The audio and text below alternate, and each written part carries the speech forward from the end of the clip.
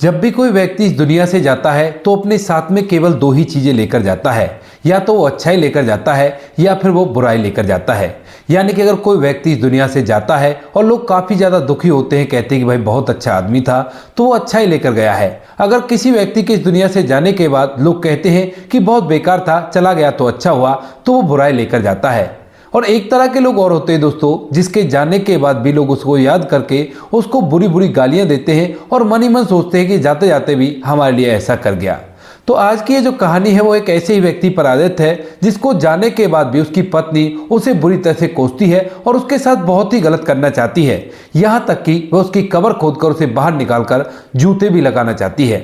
कौन था वह व्यक्ति और किस वजह से उसकी पत्नी उसके साथ ऐसा कर रही थी, पूरी सच्चाई के बारे में जानने के लिए वीडियो को अंत तक जरूर देखें। उत्तर प्रदेश के लखनऊ के अंदर एक अब्दुल नाम का लड़का रहा करता है। अब्दुल जो कि जवान हो गया है, शादी के योग्य हो गया है, लेकिन उसकी शादी के लिए कहीं से भी कोई भी रिश्ता नहीं आता है। दरअसल यहाँ पर अब्दुल अपने माता पिता की इकलौती संतान है। उसके माता पिता ने अब्दुल के अलावा किसी और बच्चे को पैदा नहीं किया था ताकि वह अपने बच्चे की अच्छी तरह से देखभाल कर सके और उसको अच्छी परवरिश देकर एक अच्छा इंसान बना सके। लेकिन यहाँ पर अब्दुल अपने माता पिता के लाड से बुरी तरह से बिगड़ जाता है और उसके अंदर सारी गलत आदतें होती हैं। यानी कि शराब पीना, जुआ खेलना, कोठों पर जाना, अवैध प्रेम प्रसंग रखना, ये सभी तरह की जितनी भी गलत आदतें होती हैं वो सभी के सभी अब्दुल के अंदर होती हैं। यहाँ पर माता पिता जब अपने बेटे की ऐसी हालत देखते हैं तो उनकी आंखों में आंसू आ जाते हैं और वो सोचने पर मजबूर हो जाते हैं कि हम लोगों ने क्या सोचा था और ये क्या हो गया। यहाँ पर जो माता पिता होते हैं वो काफी इस बात से परेशान होते हैं और अपने बेटे की शादी के लिए इधर उधर बातचीत करते रहते हैं। लेकिन कोई भी व्यक्ति ऐसे लड़के को अपनी बेटी नहीं देना चाहता जो कि बिल्कुल भी अपने माता पिता की तरफ भी ध्यान नहीं दिया करता है और ना ही अपने जीवन को अच्छी तरह से जीने के लिए ध्यान दिया करता है। यहाँ पर माता पिता जब काफी ज्यादा परेशान हो जाते हैं तो एक गरीब घर की लड़की से उसकी शादी कराना चाहते हैं। हालांकि यहाँ पर माता पिता के पास अच्छी खासी प्रॉपर्टी है तो इसी वजह से वो अच्छा घर देख रहे थे, लेकिन अच्छे घर का कोई भी व्यक्ति अपनी बेटी की शादी ऐसे लड़के से नहीं करना चाहता। तो उन्हें एक गरीब घर की लड़की मिल जाती है जिसका नाम सारा होता है और सारा का इस दुनिया में कोई भी नहीं था। उसके चाचा चाची ने उसे पाल पोस कर बड़ा किया था और सारा से वो अपने बेटे अब्दुल की शादी तय करा देते हैं।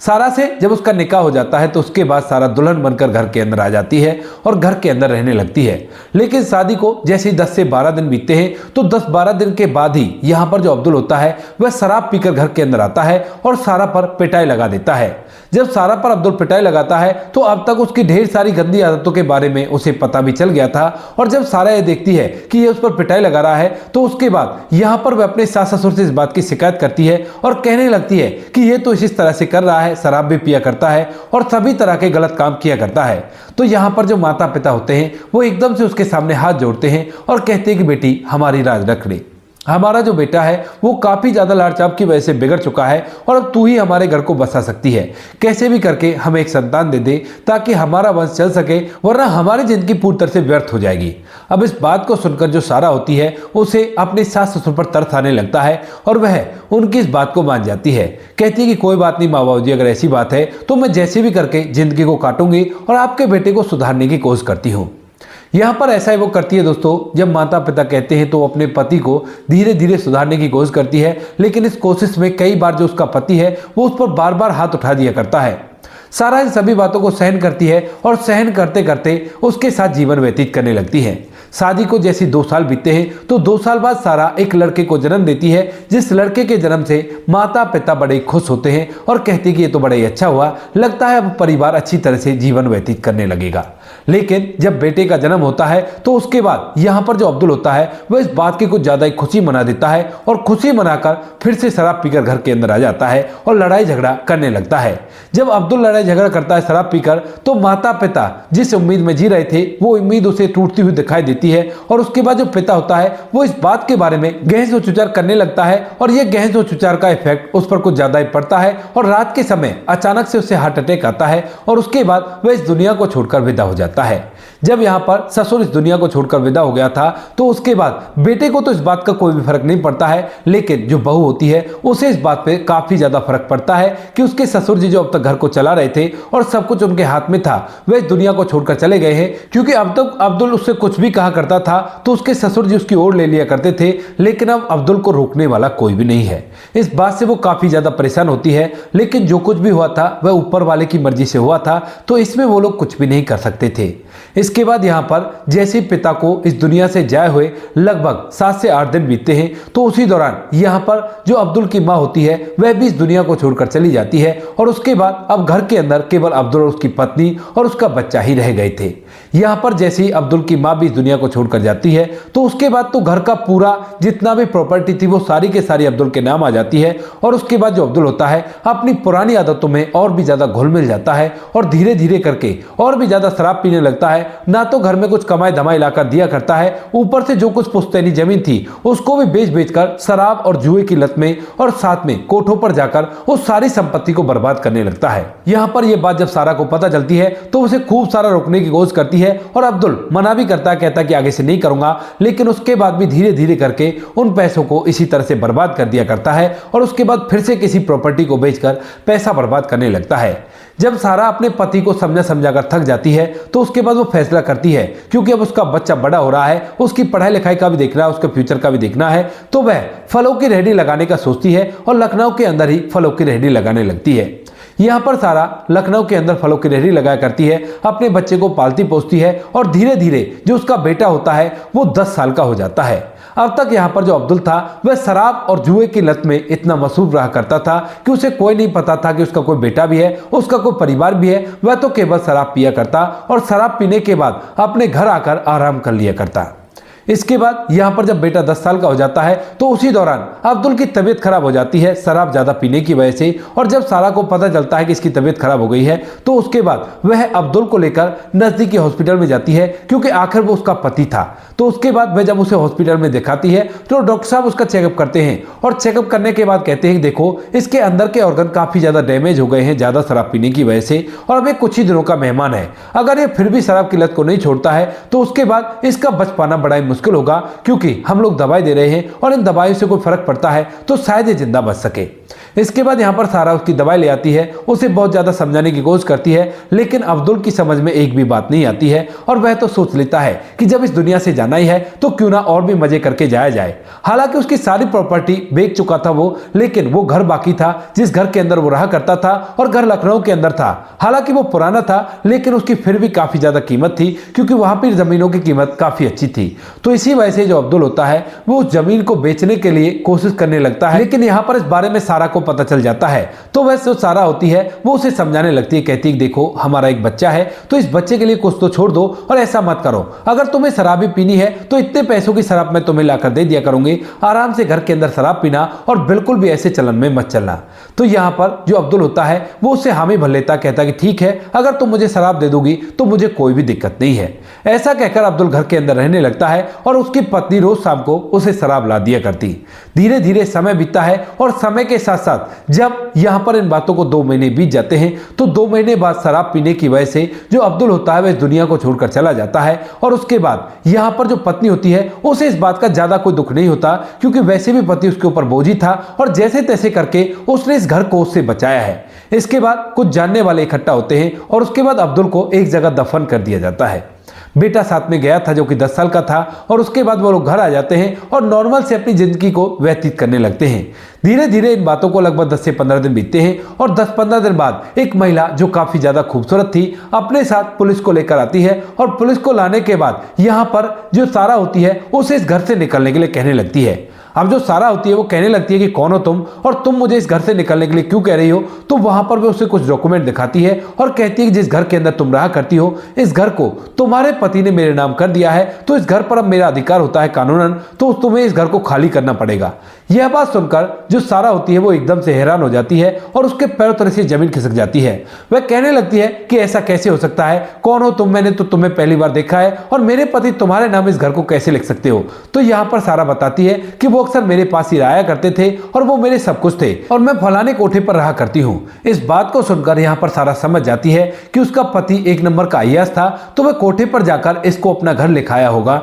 इसी वजह से ये यहाँ पर आई है। उसके बाद वह मना करने लगती है, कहती कि नहीं, मेरा बच्चा है, ये अब्दुल का ही बेटा है और वो मेरे पति थे, तो इस घर पर मेरा अधिकार है, मैं इस घर को खाली नहीं करूंगी। लेकिन साथ में जो पुलिस आई थी वो लोग कहने लगते हैं कि देखो कागज इसके पास है, इसके नाम ये घर है, तो तुम्हें घर खाली करना पड़ेगा और तुम्हें कुछ दिनों की मोहलत जरूर दे सकते हैं, लेकिन इस घर के अंदर तुम हमेशा के लिए नहीं रह सकती। ऐसा कहकर वो वहां से चले जाते हैं। लेकिन सारा को अपने पति पर अब इतना गुस्सा आने लगता है और इसके बाद वो गुस्से में एकदम से बौखला जाती है और अपना जूता उठाकर कहने लगती है कि ये बताओ कि तुम्हारा बाप कहां पर दफन है। तो इस बात को सुनकर यहाँ पर जो बेटा होता है वह एकदम से डर जाता है अपनी माँ के ऐसे रूप को देखकर और कहता है कि वहां पर उसे दफन किया गया है। यहाँ पर जो माँ होती है वह अपने बेटे को लेकर उस जगह पहुंच जाती है जहां पर उसके पति की कब्र थी और कब्र पर जाकर चीख चीख कर उसे जूते मारने लगती है और कहती है कि जाते जाते भी मेरी जान को कांटे हो गया, अब तुझे बाहर निकालकर मैं बुरी तरह से पिटाई लगाऊंगी और मुझे कोई भी नहीं रोक सकता। ऐसा कहकर वो एकदम से पागल सी हो जाती है और अपने पति की कब्र को खोदने लगती है। बुरी तरह से जब वह कब्र को खोदती है तो यहाँ पर जो उसका बेटा होता है वह उसे हाथ पकड़ के रोकने की कोशिश करता है, लेकिन माँ अपने बेटे को धमका देती है और बेटा अपनी माँ का ऐसा रूप देखकर एकदम से डरकर पीछे हट जाता है। लेकिन जो कुछ भी हो रहा था बेटे को इतनी समझ तो थी ही कि ये बहुत गलत है और इसी वजह से वह दूर जाकर पासी की सड़क पर जाकर लोगों से मदद की गुहार लगाने लगता है। और तभी वहां से बाइक पर एक इकबाल नाम का लड़का गुजर रहा था और जब वह इस बच्चे को मदद के लिए गुहार लगाता देखता है तो रुकता है और पूछने लगता है। तो वह बताता है कि मेरी माँ इस तरह से मेरे पिता की कब्र को खोद रही है और अब चलो उसे रोको ना कैसे भी करके, क्योंकि मुझे तो धमका कर उसने वहां से भगा दिया है। अब ये बात सुनकर यहाँ पर जो इकबाल होता है वह भी एकदम से उस बच्चे को अपने साथ बिठाता है और वहां से सीधा उस जगह पर जाता है जहां पर इस बच्चे के पिता की कब्र थी और उसको उसकी मां बुरी तरह से खोद रही थी। इसका ये रूप देखकर वह पूरी तरह से हैरान हो जाता है और वह भी एकदम से डरा सहमा सा हो जाता है। लेकिन फिर भी जो कुछ हो रहा था वो काफी ज्यादा गलत था और इस गलत को रोकने के लिए वह हिम्मत करके आगे बढ़ता है और आगे बढ़ने के बाद उसे रोकता है। कहता है कि देखिए जो कुछ हो गया है उसे सुलझाया जा सकता है, लेकिन आप इस तरह से मत करो, ये तो एकदम से अनर्थ हो जाएगा। यहाँ पर जो सारा होती है वह उस व्यक्ति को देखती है कि जो कि अनजान है और उसे देखकर एकदम से रुक जाती है और रुकने के बाद फूट फूट कर रोने लगती है। इकबाल जो होता है उसे सहारा देता है और कहता है कि आप ये बताओ कि आप ऐसा क्यों कर रही हो। तो वह बताती है कि इस तरह से जो मेरे पति थे वो इस घर को एक ऐसी कोठी की महिला के नाम कर गए और वह अब घर को खाली करने के लिए बोल रही है। अब मेरे पास कोई भी सहारा नहीं है, मैं करूं तो क्या करूं, मेरा जीवन तो पूरी तरह से व्यर्थ हो गया, अब मुझे क्या करना चाहिए। ऐसा कहकर वह बार बार रोई जा रही थी। तो जो इकबाल होता है वह उससे कहता है कि आप ऐसा करो, मेरे साथ बाइक पर बैठो, मेरे माता पिता से इस बारे में बात करते हैं और वो कोई ना कोई राह इस बात की दिखा देंगे। ऐसा कहकर वह यहाँ से सारा को और उसके बेटे को अपने साथ बाइक पर बिठाता है और वहां से लखनऊ के अंदर ही वो किराए पर रहा करता था और उस किराए के मकान में सारा को लेकर पहुंच जाता है। वहां पर इकबाल के माता पिता होते हैं और जब वो देखते हैं कि किसी महिला को लेकर आया है, साथ में उसका बच्चा भी है, तो उसे पूछने लगते हैं कि बेटा कौन है। तो वह पूरी कहानी उन्हें बता देता है। सारा जिसकी आंखों से आंसू अभी तक रुक नहीं रहे थे, तो उसके बाद इकबाल के जो माता पिता होते हैं उसे समझाते हैं और कहते हैं कि बेटी चाहे कुछ भी हुआ हो लेकिन तुम्हें तुम्हारा हक मिलकर रहेगा और इस बारे में आप चिंता मत करो, मेरा एक जानकार वकील है, उसके थ्रू आपका केस लड़ दिया जाएगा। इस बात को सुनकर यहाँ पर जो सारा है वो थोड़ी सी शांत होती है और यहाँ पर जो इकबाल और उसके घर वाले होते हैं वह उसे कैसे भी करके घर भेज देते हैं और दूसरे दिन वकील को ले जाकर कोर्ट में इसके खिलाफ केस चलाया जाता है। यहाँ पर कोर्ट में केस चलने लगता है। इधर जो दूसरी महिला होती है जिसके नाम ये पूरा के पूरा घर लिख दिया गया था वह भी कोर्ट में अपना वकील खड़ा करती है और धीरे धीरे ये केस कोर्ट में चलने लगता है। यहाँ पर जो इकबाल होता है वह सारा का बहुत ज्यादा साथ देता है, यहाँ तक कि उसे आर्थिक मदद भी देता है और इस केस को लड़ने में उसका पूरी तरह से सहयोग निभाता है। समय के साथ साथ यहाँ पर इकबाल को सारा के बारे में पता चलता है और सारा को इकबाल के बारे में पता चलता है। दरअसल जो इकबाल था वह शादी तो कर चुका था लेकिन उसकी पत्नी उसके माता पिता की बिल्कुल भी देखरेख नहीं कर रही थी,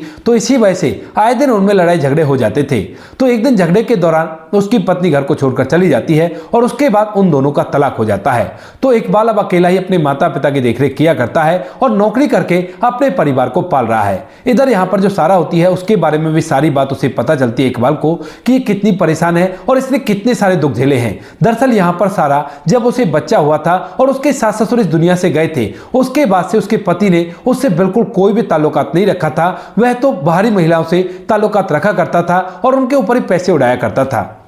यहाँ पर सारा की जब पूरा दुख उसके सामने आता है तो वह भी इस पर काफी ज्यादा परेशान हो जाता है और उसे सहारा देता है, कहता है कि कोई बात नहीं, जो हो गया उसे भूल जाओ, लेकिन अब तो चिंता मत करो, तुम्हारा ख्याल रखने के लिए मैं हूं ना। ऐसा कहकर इन दोनों के बीच में एक दूसरे के लिए काफी ज्यादा प्रेम उभरने लगता है। और इसके बाद एक दिन जो सारा होती है वो कहने लगती है कि देखो, इस जमीन का केस तो चला ही हुआ है, तो क्यों ना तुम भी अपने माता पिता को लेकर यहीं पर आ जाओ। जब तुम किराए के कमरे में रहा करते हो तो उन पैसों को मुझे तुम दे दिया करना काम चलाने के लिए। तो इस बात के लिए जो इकबाल होता है वह भी मान जाता है और अपने माता पिता के साथ अगले दिन वहां पर शिफ्ट हो जाता है। धीरे धीरे समय बीतता है और समय के साथ साथ इन दोनों का प्यार और भी ज्यादा आगे बढ़ने लगता है। मन ही मन दोनों एक दूसरे को प्यार तो किया करते हैं, लेकिन कोई भी एक दूसरे से नहीं कह पाता है। 3 साल तक ये केस चलता है और केस चलने के बाद यहाँ पर जो सारा होती है वह इस केस को जीत जाती है। और साथ में जब इकबाल यहाँ पर रहने लगता है तो और जमीनें जो उसके पति ने बेच दी थी तो उनके ऊपर भी वह केस डलवा देता है और उनमें से कुछ हिस्सा उसके नाम हो जाता है। अब यहाँ पर सारा के पास घर भी आ गया था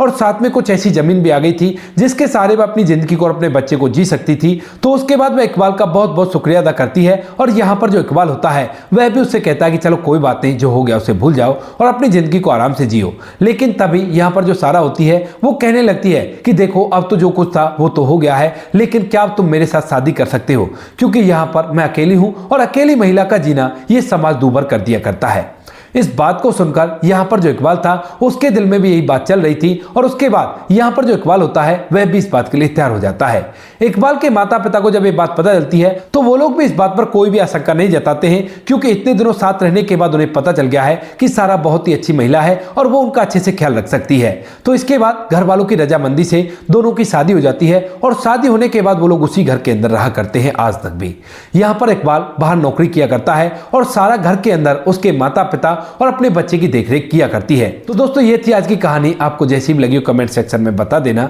वीडियो अगर अच्छी लगी तो वीडियो को लाइक और चैनल को सब्सक्राइब जरूर करें ताकि हमें थोड़ा सा हौसला मिल सके आप लोगों के लिए ऐसे अच्छे वीडियो बनाने के लिए। इन कहानियों को सुनाने का उद्देश्य किसी को परेशान करना बिल्कुल भी नहीं है। ये कहानी आपको इसलिए सुनाई जाती है ताकि आप लोग इन कहानियों में से कुछ ना कुछ सीख सको और अपने जीवन में उस चीज को अप्लाई कर सको। मिलते किसी नेक्स्ट वीडियो नए टॉपिक के साथ, तब तक के लिए जय हिंद, जय भारत, जय हिंदुस्तान।